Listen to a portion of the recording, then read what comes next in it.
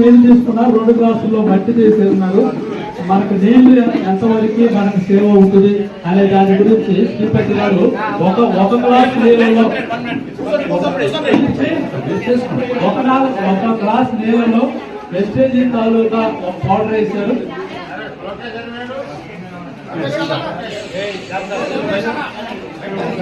Powder వేశారు దాంట్లో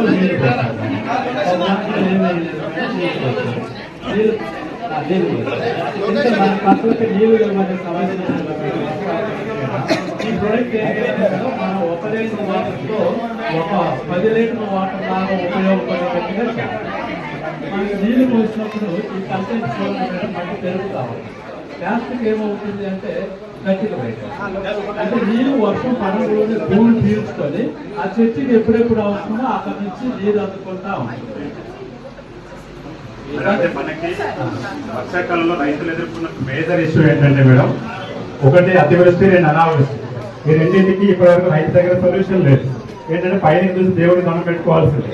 but ఇక్కడ ఏమవుతుందంటే ఈ అక్వాజల్ అనే ప్రోడక్ట్ ఇండియాలో ఫస్ట్ టైం మన కంపెనీ లాంచ్ చేసింది మేడం. ఇది మన కంపెనీలో ఉంటుంది. ఇది రైతులకు ఒక వరం మేడం. ఎందుకంటే మీరు మాట్లాడుతూ ఎక్కువ మంది రైతులు ఉన్నారని చెప్పారు కాబట్టి ఎవరైతే దుర్కిలో దీన్ని వేయగలుగుతారో, ఒకవేళ కంటిన్యూగా వర్షం పట్టినా కూడా నీళ్ళని అబ్జర్వ్ చేసుకుంటుంది మేడం కంప్లీట్ గా. నీళ్ళు ఇలా నిలువ ఉంటే పంట తెగులు వస్తాయి, చచ్చిపోతూ ఉంటాయి.